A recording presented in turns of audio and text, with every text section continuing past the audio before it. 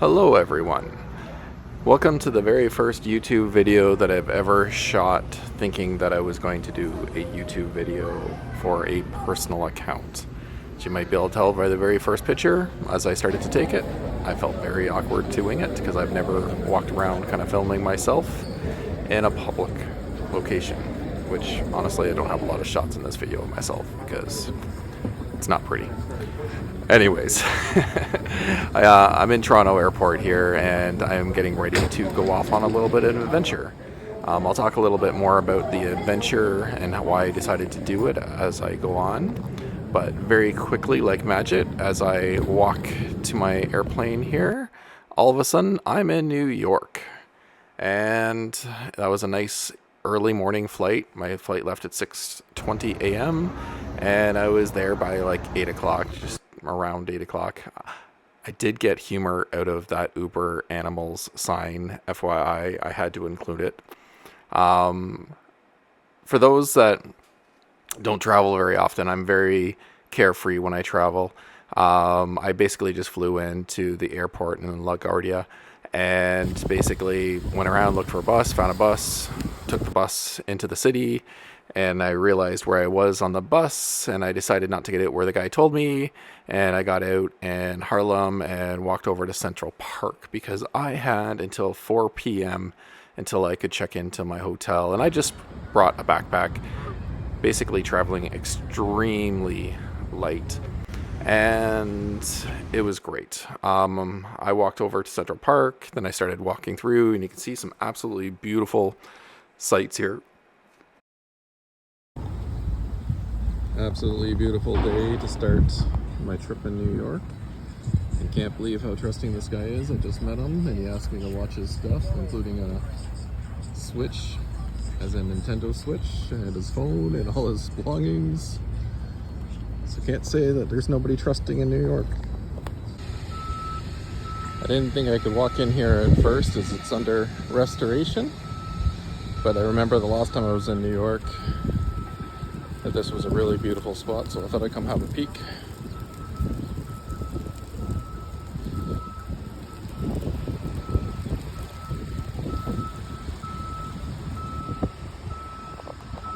Definitely how I remember it as far as really nice.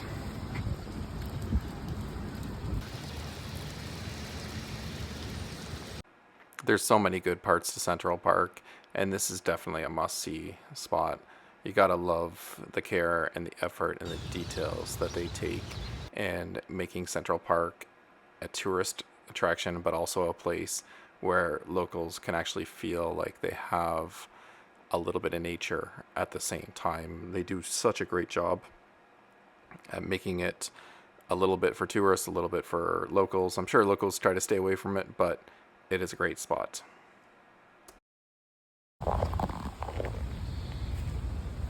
Unfortunately, some of the pathways and areas are closed for construction, but I have got to walk it all before in the past, so we're just gonna have to make some detours.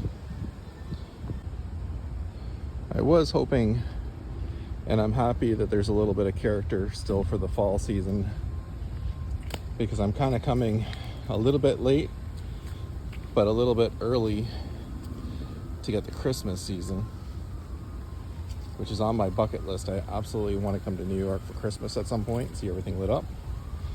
But when I was coming at this time of year, I was hoping that there'd still be some color and some leaves on the trees. Not a huge amount of color, but still very pretty, and it's a lot nicer than seeing them all without the leaves. It's been 8 years, I think, since the last time I was here, and you really forget about some of the little nooks and crannies and the beauty of Central Park. Got a little waterfall right over here. Can't really see it from this picture, but I'll include one.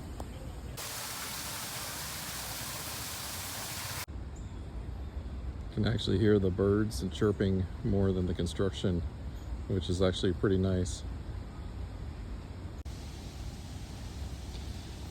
Okay, this picture is definitely not doing this tree justice.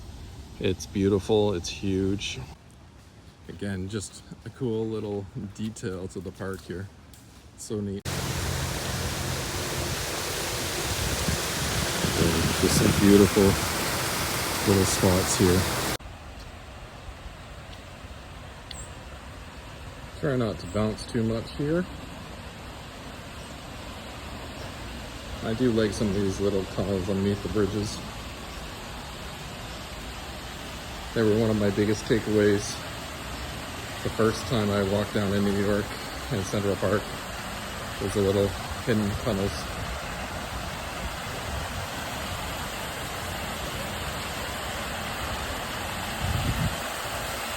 I think that's the nicest of the little falls I've seen so far.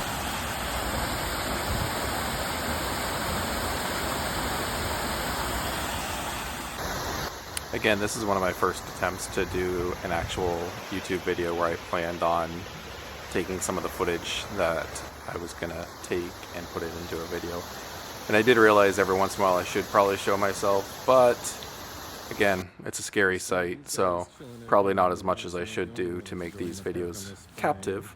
But if I keep doing them, hopefully I'll get a little more comfortable and get better at using the camera in public and stuff like that, because it's a new experience. But after I finished Central Park, I went up to the main area.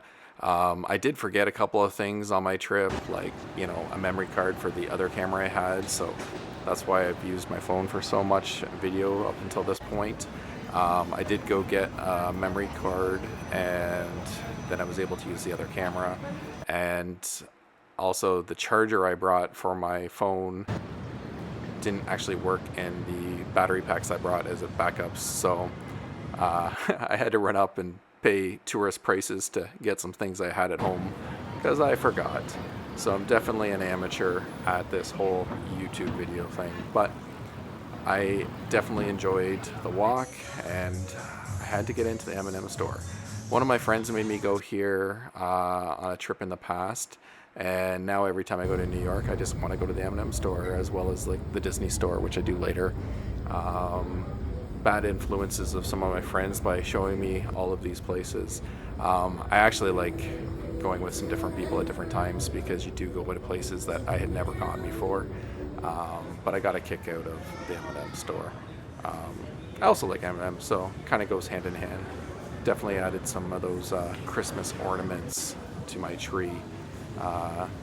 M&M store, including some gifts I got for some people, probably was my most expensive stop of the entire time.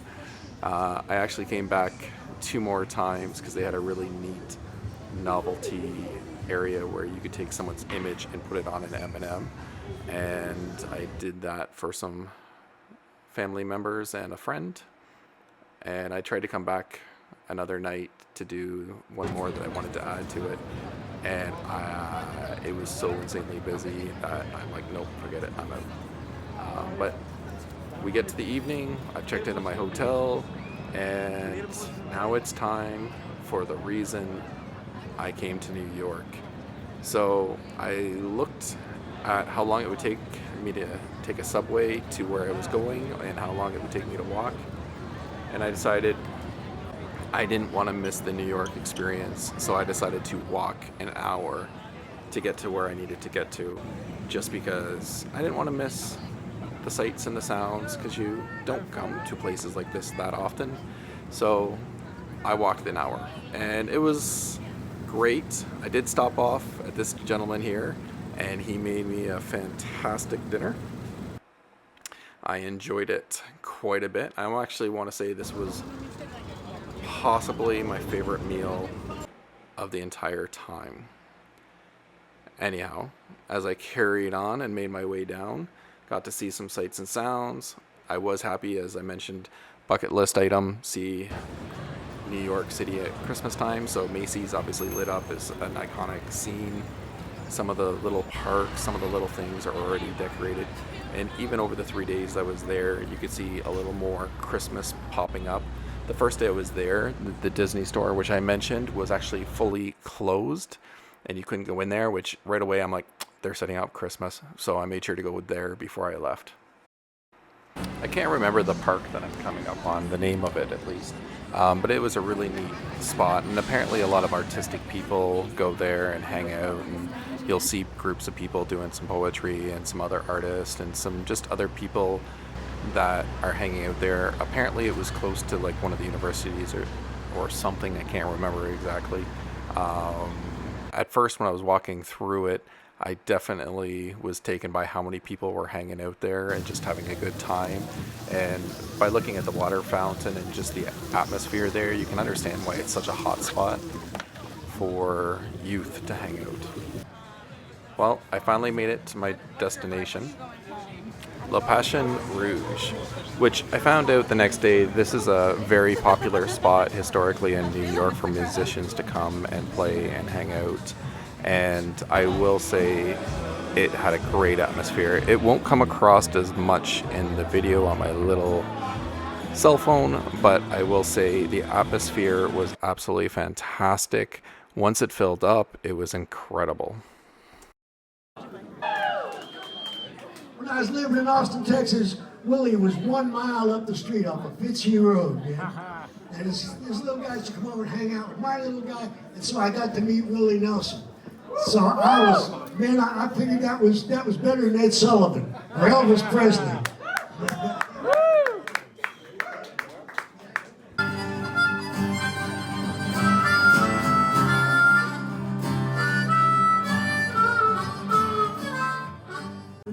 This gentleman's name was Lee Ving. He was opening up for Duff Mckagan, and it was really entertaining and fun to watch him, even though I didn't know his material. But he did sing some things I knew of.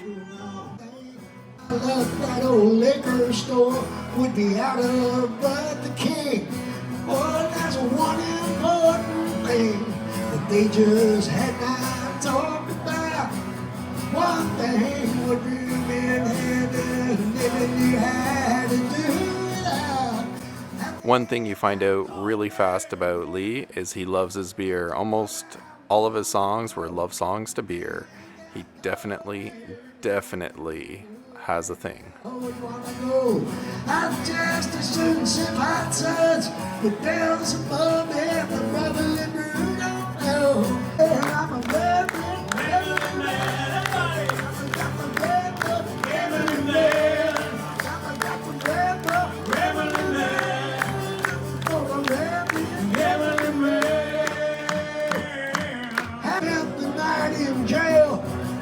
Wilcox Hotel,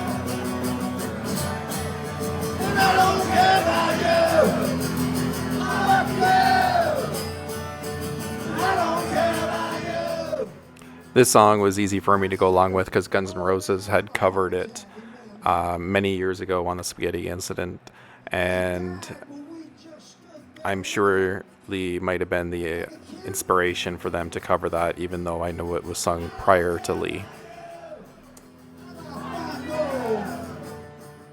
As much as I enjoyed Lee, it's time for Duff Mckagan, the man I came all the way to see. Give me sight and walk me home. Shine on me my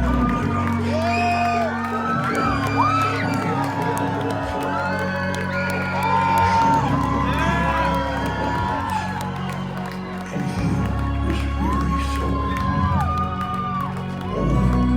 Shine on me, my lighthouse.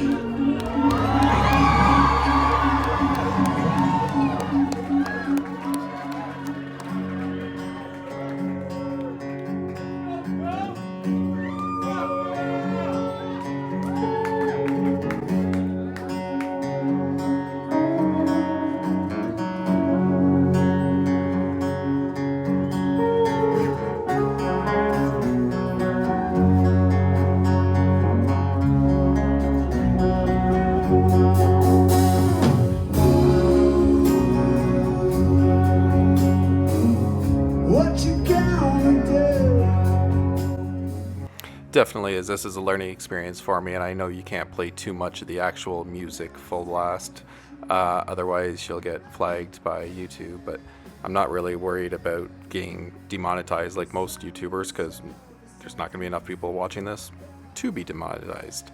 But that being said, I'm trying to give a little bit of a taste and a little bit of a feel. But one thing that's for sure, you can't feel the way that room felt just through a cell phone.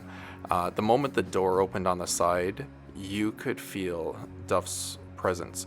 There's not a lot of people that play in different bands that can just change the whole feel of a room the way he did. I've seen literally hundreds of concerts.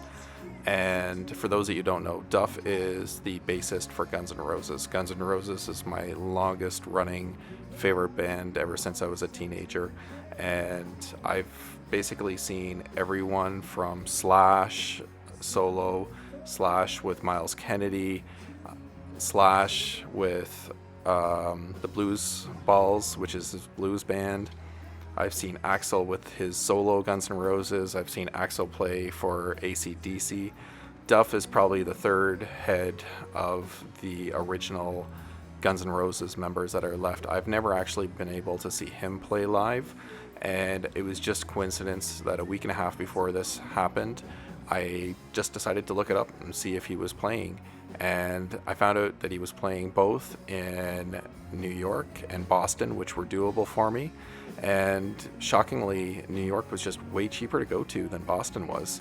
The flights were more than half the price, which I'm assuming is because so many people go from Toronto to New York. And then I just started looking into it, and I just found great deals on everything. I found a great place to stay in Times Square as far as cost-wise. Found a great flight. Everything just kind of fell into place, and within a week and a half, I ended up here, and an absolutely phenomenal day, beginning to end, was spectacular.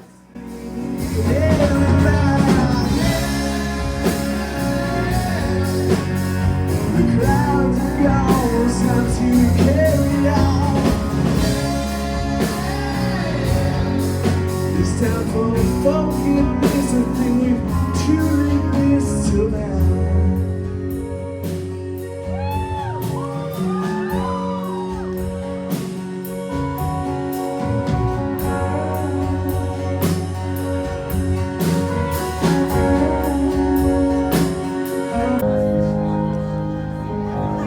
Blackened days, we've lost our way. So gather round, he's lost and found. One of the things I found amazing over the last basically 10 years is the change in the members of Guns N' Roses, as well as the change in how we looked at so many people from the 80s and 90s. And Guns N' Roses were the bad boys. They were the people you didn't trust, the people that were going to do all these wrong things. And as time has changed, they're actually the good guys now, which is just amazing that other people that we looked up to in the 80s, like Bill Cosby, more retro day as far as Hulk Hogan, just they turned into not as nice people. And yet the bad boys of the 80s and 90s all actually turned into pretty much outstanding citizens, and are the people that I can look up to more so than some of those other people from the 80s and 90s that I grew up watching. It's funny how times change. Me too, man. This guy's a saint. God bless him. It'll be over. So hang in there, motherfuckers. All three of you girls. Sit tight.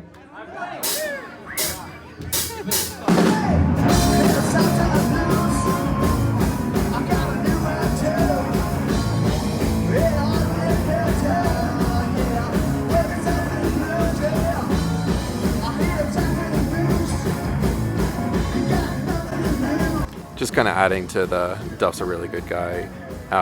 You could just see the admiration he had for leaving, and it's always nice when you see musicians or people that have had a lot of success giving tribute to those that came before them and that inspired them.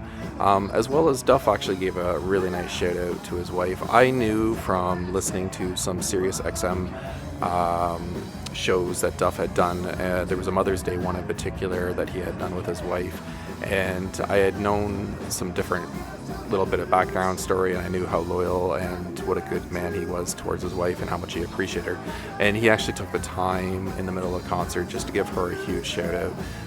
She wasn't at all of the shows, but she was at this show, and you could tell how much he appreciated it, and he made sure to let her know.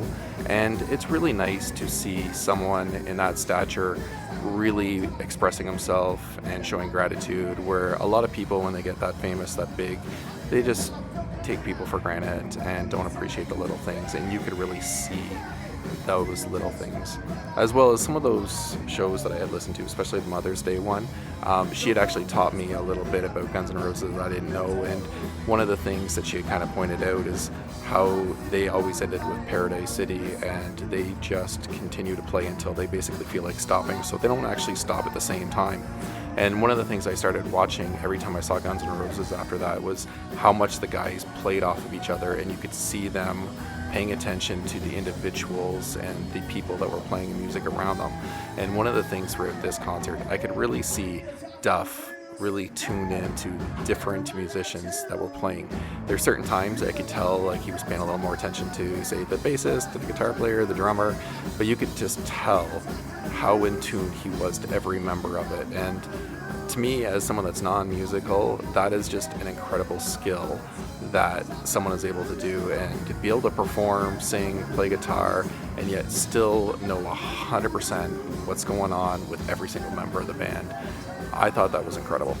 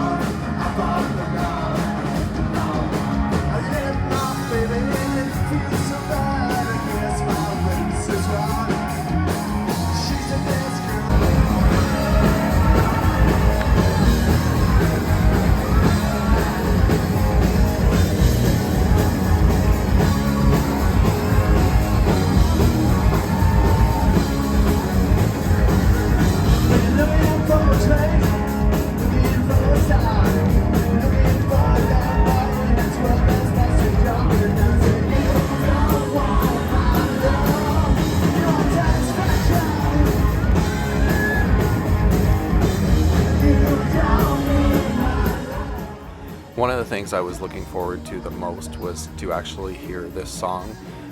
It's not my favorite Guns N' Roses song, but out of all the times I've seen Axl's version of Guns N' Roses, which was, I want to say, 8 times, and I've seen the reunited version of Guns N' Roses, including Duff and Slash, another 4 times. I've seen Slash so many times, and he always plays a lot of the more original Guns N' Roses songs. I have actually never heard this song live. It's not my favorite Guns N' Roses song, but I do enjoy it, and I just love getting to hear some songs I don't get to hear every day. That's one of the things I really do like seeing the solo bands for, because each and every one of them will play a little bit different songs of the original Guns N' Roses lineup. This is the only song that he played from Guns N' Roses, minus getting to hear I Don't Care About You by Lee.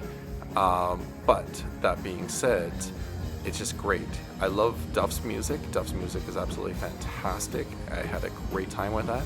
But this was just like a little bit of icing on top of the cake that I was so happy about.